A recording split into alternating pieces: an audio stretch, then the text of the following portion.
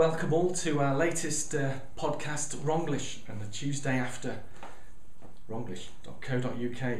You can check out our previous podcasts on iTunes. Just do a search for Ronglish and you'll see it all on there. A big thank you to Mark Riles, who's helped out regarding the website at MJR Web Design. He's done some great stuff for us. If you go to ronglish.co.uk, you'll see a link to him, and also helped out in getting the podcasts out on iTunes. So a big thank you to Mark there. But Ron, what a season! It's been dramatic, hasn't it? Have you seen a Premiership season like this before? But let's qualify first of all and say, I don't think it's been great quality. Yeah. I think there's been I've seen a lot of games, a lot of very ordinary games, but I think what that has meant is there's been, if you like, an evening up of teams. You might say that sounds funny when Manchester United go and romp the Championship again, but there has been an awful lot of games this season where, take Wolves for example. Wolves were within a hair's breadth a goal of getting relegated at one stage. But then when I look at their track record this season, they've beaten teams like Manchester United, Chelsea, Manchester City, so it's been... And they put in a great late run. Three wins out of the last four. Well, that was good, and that's, I suppose at half time on Sunday they were 3-0 down. they would be panicking slightly. Yeah. But once again, I've never seen anything quite as close as that at the bottom, where it's fascinating. You're watching in the league. Do you know there was 83, I believe, 83 different permutations. 83 of how each team could. I know on Survival Sunday there was 5 teams that could back it. There was 83 different ways in which one of those teams could have gone down. I mean, the irony was the 3 teams at the bottom, Blackburn, Wigan and Birmingham, could all have won and gone down. Or conversely, they could have lost and stayed up. That's how daft it was. I mean, there was one permutation where Blackburn and Wolves, if they drew their game, they could have both gone down. If the other 3 had won. It was intriguing all the way. And on a personal note, I feel a bit sorry for Alex McLeish, because I've got a lot of time for him. I think he's a very good manager, and he probably thought at 1-1 at Tottenham when they got back in the game, great goal of Gardner's. He probably thought that they were in with a chance that if they could hang on to that, and they looked like they would hang on to it. Then all of a sudden the news filters through from Molyneux that Hunter scored, and then all of a sudden he's got to change his tactics again in the last 5 minutes and try and sneak a goal. Well, in that period of time they get caught on the break, and Tottenham put them to bed. Game over. What happened to the Blues? I mean, they go on to win the League Cup, and I have to say, although I'm not a Blue Nose, the way they played against Arsenal was phenomenal. I know it was maybe a bit of a clumsy mishandling of the goalkeeper for Arsenal that gave Blues a chance, but the way they played in that game was phenomenal. They were terrific. If they kept that thing going, they would have. Well, they were terrific. They started off great in that game, right from the first minute when I think it was Lee Bowie should have had a penalty. They pushed the game, they charged the game, they unsettled Arsenal, and that shows what can be done when everybody plays at their absolute maximum. Arsenal, I didn't think they had one of those games where they weren't quite there, but that was it. But it was Birmingham forced them to play that way and did ever so well. I think after that, what they did as well, Birmingham, they ran out. They're never a prolific goal scoring side. I always felt that the best chance of any result was maybe to keep a clean sheet and maybe nick something from a set play. But after that game, they seemed to lose. I mean, Zigic, who I don't think he's the greatest player I've ever seen, but he had started scoring some key goals. He went missing. I can't remember him playing since the final. Obafemi Martins, who'd come on loan and actually got the winning goal, he got injured, so he was out. So is it a case they didn't have a depth of squad? I don't think they had anything like the depth of squad. Whereas if you look at Man United, obviously at the other end, they put out not exactly their first team and gave Blackpool a bit of a beating. Well, what happens as well with Manchester United, of course, some of the players that they bring in now have been ingrained in winning. Even if maybe you look at them sometimes and think, well, he's not really a top Premiership player, but because they've been brought up in the way of winning, and because the club has got the habit of winning, that filters through to whichever player steps in, and do you think that was the biggest difference between Man United and the also, you know, in terms of Chelsea, Man City, Arsenal, Spurs? Is it that little bit of winning? You know, they used. I think that the winning mentality. I think it's something they have over Arsenal. I think Arsenal, are, when they're on fire and when they're on top of their game, phenomenal to watch. Play some phenomenal stuff. You just always feel that sometimes you just wonder if they're quite mentally strong enough to be the very best. You know, I mean, if they had Manchester United, if you like, winning mentality or the drive and the urge to win, I think Arsenal could have picked up a lot more trophies. Chelsea, I think, are having what I call an energy crisis. I mean, they started off the way they finished off last season, you know, 4-0, 5-0, and nobody seemed to be able to stop them. And all of a sudden, it's like they came off the tracks and it just fell to pieces. Well, it did. Let's qualify what that. happened? First of all, they had a very attractive fixture list to start with. They had a lot of winnable games. Easy winnable games. Yeah. You'd look at them and think they had winnable games. To be fair, they put them, you know, and they won those games comprehensively. Some big scores. It looked then. I mean, I must admit, I thought Chelsea would win the league this year, retain their title, and then it all seemed to come adrift when the Ray Wilkins thing happened. Now, people can always point and say, well, that didn't really affect it.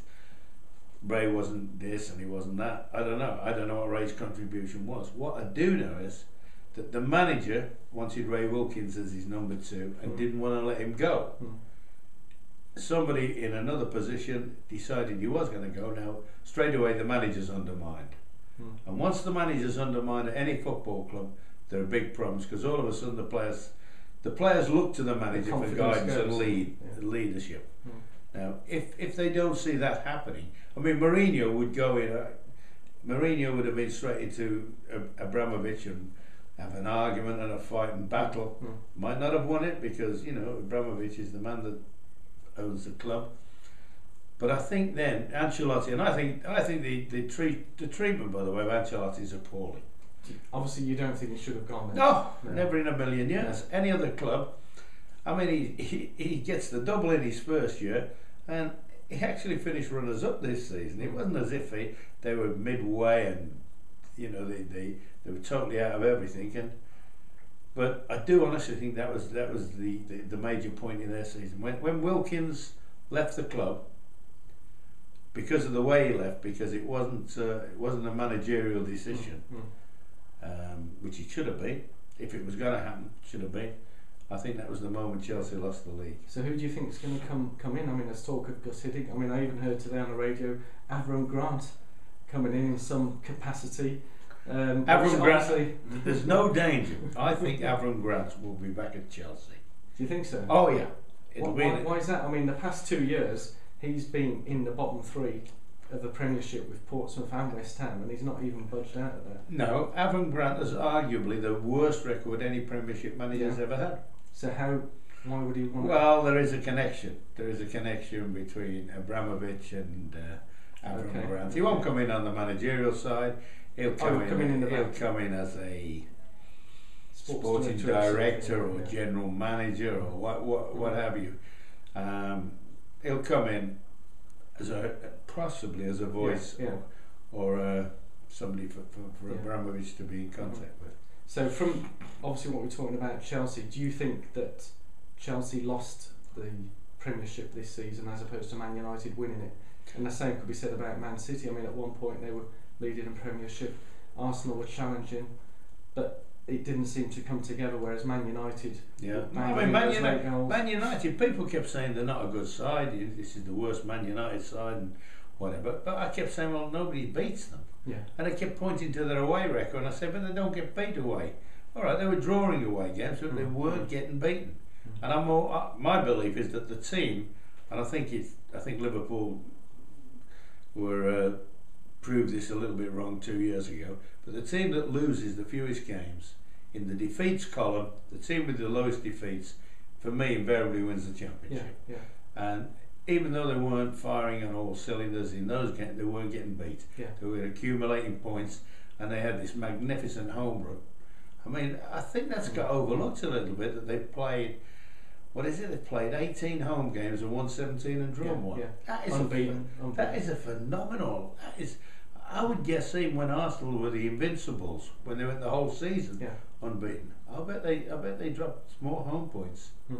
So that was a big plus. But I also think that Manchester United took advantage of the turmoil at Chelsea, of Arsenal coming off the rails, and quite frankly the other two weren't ready. Manchester City, I think, next year will make a big push at the title. Yeah. Do you think they're ready? Are they built? Oh, I think now. You think the FA Cup has given them? I think the that's given them a big confidence lift. Finishing third as opposed to fourth, which is an automatic. It's been brilliant for them. And I think they, if they keep Tevez, and I think that's important. Do you think they're going to bring in some more players? I think if they brought in, I wouldn't be surprised to see somebody like Fabregas go there. I mean, there is talk of Ronaldo coming back.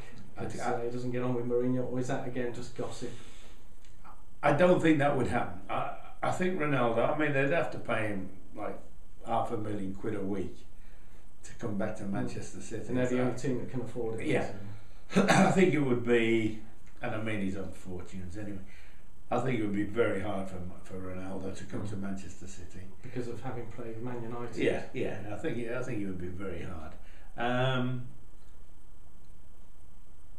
I think that they would expect an awful lot. I was disappointed. I thought the two players that paid big money for, Balotelli and Dzeko, I thought were very poor. Now it might well be. I mean, Balotelli brought in the FA Cup. He seemed to be a different man. Well, he got man of the match, and I still don't see that. I thought because he ran about a bit more in that than he'd done in league games, people have gone, oh, he was working hard. He was working harder, but he wasn't working hard. Not working at his best. No, I mean, for me, the best players at Manchester City, for me, the best player has obviously been Tevez, and I think Silva. I think Silva's a phenomenal player.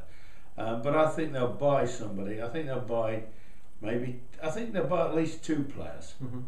And hopefully keep Tevez. I think that's key to everything, keeping Tevez. If they can keep him, and I can't quite understand his reasons for wanting to leave. A, I can't see anybody paying him the sort of money he's paid now. And B, he said he wants to be closer to his family who are in Argentina. But he wants to go and play in Spain and Italy. Yeah, doesn't add up, does it? I can't quite say that. I mean, I was pretty good at geography, and I don't think that. I recall you used to work in Spain, didn't you, Ron? I don't think that's that much nearer. But I honestly think they will mount a chat. They'll have got the confidence now. The 35 years without a trophy and all that. That's off the back. Mancini is a little bit more accepted now, or a lot more accepted. You know, at one stage people were querying whether he'd still be here next season. So I could see them being very strong contenders next year. Liverpool will be better. Dalglish as well. The Dalglish factor, but they need two or three players. Okay, he'll have Gerrard back, hopefully fit, which would be like a new player. Gerrard's missed all of the games. You hope that Carroll and Suarez get the combination going, and you know, I think he does need to. They do need to buy a couple of players, maybe a winger, and maybe a new central defender for me. But they'll be at it again, and you know, can Tottenham improve? I'm not sure Tottenham can get any. I think Tottenham's have had their year in the sun. I do honestly. I think they'll be a top 6, maybe a top 7 side. I'm not sure they can challenge for a shot to the title. Right. I mean, they certainly obviously wanted the Europa League place more than Liverpool, having won their last 2 games, whereas Liverpool lost their last 2 games. Yeah, a strange one that. I mean, on that form, you would have thought Liverpool would have taken it, but anyway. But moving from the top teams, obviously the teams. By the way, I think that Europa League is the biggest waste of space there's ever been. I was going to ask you about that. There was a debate this morning on Radio 5 that they should abolish the Europa League, bring back UEFA Cup and the knockouts. Cup Winners' Cup, and have them both as knockout cups. I mean, obviously, I presume you agree with that. Oh, brilliant! That was a great competition. Yeah. It was, because you could play. Almost, I can remember the first round we played Inter Milan at the Villa first round, and they're glamorous matches, and they're exciting matches, and you know the fans can associate. And you play to win, you know. Yeah, and it's not like when they get in that silly league for. I mean, I watch any football. I won't watch that. Those leagues, the league in the Champions League is bad enough, but in the Europa League, well, it's a waste of time. Because there's no home and away games. Well, you know, and there's teams there you've never heard of. Well, that's Europe for you. But going back to the Premiership, the teams that were down the bottom 5, I mean, you had Wigan, Wolves, Birmingham, Blackpool, Blackburn, West Ham. I mean, some of the podcasts we were talking about, is it going to be all the W's going down, or is it going to be all the B's? Yeah. And obviously you got some of the predictions right. Some may be a little easier than others, but who was to say... West Ham wasn't a good... No. I mean, who's to say, obviously, Blackpool, I mean, they'll be sorely missed in the Premiership, I think, and Ian Holloway and some of his things, but yeah, from the start, you'd predicted, even though they were winning game after game each week, and you were saying that they were, you know, coming against predictions, but I must admit, towards the end, I thought they might just stay in there. But they've had a great season. They've entertained. They've given the fans a lift. They've given the fans a taste of it. And you know, if their biggest problem, be straight back next season. Well, their biggest problem, and Birmingham's got a major problem. Can they keep the squad together? I mean, if Birmingham can keep the squad together and reinforce and bring some new players in, particularly front players, they badly need front players, then Birmingham for me would start off almost favourites next season. But can they? You keep hearing stories about the financial situation there. Have they got enough wherewithal? Who will leave? I could see like Bowyer, 34 years of age, wanting to be somewhere, maybe Charlton or somewhere in Londonish. Ferguson, who I think has done terrific for them, he could possibly want to go and take a lucrative deal in, say, Qatar or Abu Dhabi or Dubai, something like that. The lone players have all gone. Kleb, Martins, Bentley will go back to Tottenham. So Alex McLeish has got a very, very hard job next season. To try and get the bulk of the players he got this season, because there's no question people will come knocking on the door for the goalkeeper, who's been outstanding. Foster's had an outstanding season. I can't quite see his reasons for wanting stepped out of the international team. That drives me around the twist. I mean, that is balmy. But, you know, it's his decision. Johnson and Dan, there'll be clubs sniffing around them because, you know, there's big, strong central defenders who've done particularly well. So I think that's gonna be a big test for Birmingham, particularly for the manager, because can he keep his squad together and then bring somebody in? I mean, the other one. Do you think the manager's going to stay? I mean, I heard that before even the final game, when West Ham had already been relegated, there was talk that McLeish would go to West Ham, obviously following Brady and all the management team there. I mean, that's another option. I actually think if Big Eck was to leave Birmingham, I don't think many shortage of takers for him. You know, all right, by a point, the whole season's gone south for him. But if you look at his track record, he's been there 3 full seasons. First full season promotion, second full season their highest ever Premiership finish. This season their first ever trophy, major trophy. So, you know, he's, until the very last day of the season, he had a very good track record at Birmingham. And taking into account what he did with Scotland and with Rangers, there'll be no shortage of demand for him. But in terms of all those teams down there, I mean, watching the last sort of 15 minutes of those games on Survival Sunday, there was a 5-minute period where I think the bottom 3, apart from West Ham excluded, but in terms of those bottom 2 places, I think apart from Blackburn, obviously were 3-0 ahead and stayed way out of that. The other teams were in and out of that bottom 3 in a 5-minute period. At one point, you had Wolves and Wigan down there, and Birmingham were just hanging on goal difference. I thought that's how it was going to turn. I always thought Wigan could get a result at Stoke. I always felt that. Wigan have got some match winners. You know, I know. How did Martinez change it? Because at one point it looked like Wigan and West Ham were down there, but then Wigan seemed to turn it around for the last few games. Well, Wigan, when you've got, I've always said about Wigan when we've been doing the thing every week, I'm never totally surprised when Wigan win a game, you know. Right. Now I am when Birmingham win a game. You know, I also think because you think Wigan have got better strikers. I think Wigan have got it in the locker to go somewhere and score a couple of goals or in a home game. The one reservation, and I think that's been proved, they got 36 goals, Birmingham, this season. That's less than a goal a game. So you're always looking and thinking, can Birmingham get a goal? Because you know in the Premiership, it's very, very hard to keep clean sheets week in and week out. So, you know, that was their downfall. I mean, the best squad to go down is West Ham's. If West Ham had had a decent manager, if Martin O'Neill or if Roy Hodgson had have taken over at the same time as West Brom, West Ham would have stayed up. You know, because they've got some good players. I mean, looking at them, and all right, England's not the best national team in the world, but you've got an England class goalkeeper. I know he had a Rick in South Africa. You got Upson, who's in a lot of the England squads. You've got Bridge, who's in the England squad. You've got Cole. You've got Scott Parker, who's a fabulous player. You know, and you've got 3 or 4 more that can play around those. So basically, they looked to me as if all they needed was some organisation and motivation, and they would have gone down. I mean, that is a joke that they've gone down. They have far better players than probably 4 or 5 of the teams that have stayed up. Yeah. So, I mean, in the same way you're talking about Birmingham keeping their squad together, if West Ham can keep their squad together, you're going to say they could come straight back up? I think West Ham will start favourites. Yeah, I think they will next year. Well, they would. Once again, though, you know. Who's favourite? You got Birmingham as favourite. No, I think Birmingham, if they keep the squad together, if they keep the squads, yeah. I think I think there's more likelihood of West Ham keeping the bulk of their players. I think they're going to lose Scott Parker. Right.